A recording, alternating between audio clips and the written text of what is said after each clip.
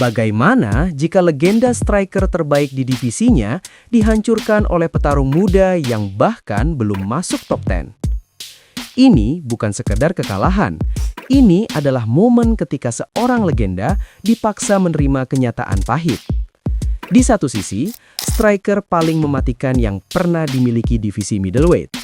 Di sisi lain, monster muda yang lapar, haus, dan siap melakukan apa saja untuk menang. Dan malam itu, Israel Adesanya dihentikan secara brutal oleh Joe Pyfer. UFC Fight Night Seattle menghadirkan duel panas. Striker elit melawan petarung muda yang lapar pembuktian. Adesanya datang untuk bangkit, untuk membuktikan bahwa dirinya belum habis. Namun, yang ia hadapi bukan sekedar petarung biasa.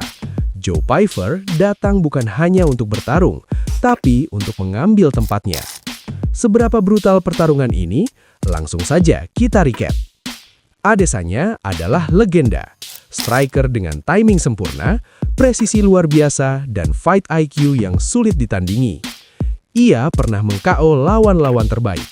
Bahkan petarung sekuat Alex Pereira pun pernah dibuat tumbang. Ia sudah membuktikan segalanya. Namun, waktu terus berjalan, dan di sudut lain, Joe Pyfer sedang naik.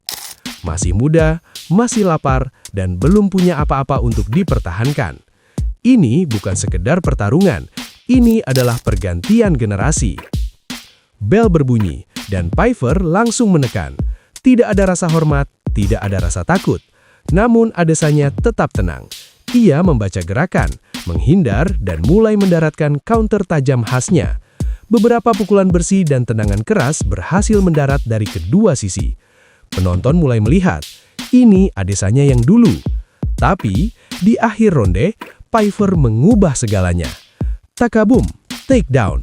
Ia mengontrol posisi, mengunci Adesanya di bawah, dan mengamankan ronde. Ronde pertama tipis untuk Pyfer. Ronde kedua dimulai, dan suasana berubah. Ini bukan lagi teknik, ini perang. Keduanya tidak menahan apapun, serangan demi serangan dilepaskan tanpa ragu. Adesanya menunjukkan kelasnya, timing, kecepatan, dan akurasinya masih elit. Namun, Pyfer tidak mundur, ia terus maju, terus menekan, dan kemudian, boom, takedown kedua. Lebih bersih, lebih dalam, lebih berbahaya. Pyfer langsung mengambil posisi back mount. Ini posisi paling berbahaya dalam MMA. Adesanya mencoba bertahan, rear naked choke hampir masuk, tapi gagal. Namun Pyfer tidak berhenti.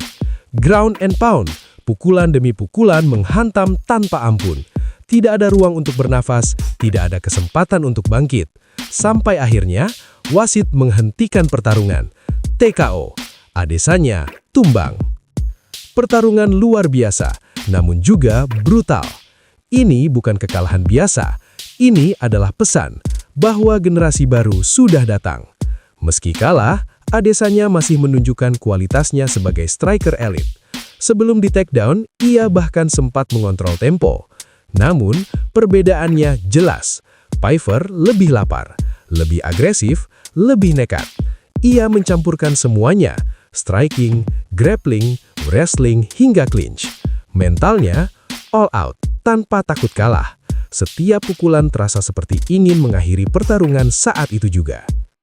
Untuk Adesanya, ini adalah kekalahan keempatnya beruntun. Secara skill, ia masih sangat tajam. Namun, secara mental, terlihat mulai menurun. Ia sudah mencapai segaranya, mantan juara, KO kemenangan besar, dan salah satu yang terbaik sepanjang masa. Mungkin tidak ada lagi yang perlu ia buktikan. Joe Pyfer bagaimana? Ini bukan kemenangan biasa. Dari peringkat 14 mengalahkan legenda dengan cara brutal. Ini tiket menuju top 5. Usianya masih muda, motivasinya sedang membara. Dan performanya sedang di puncak.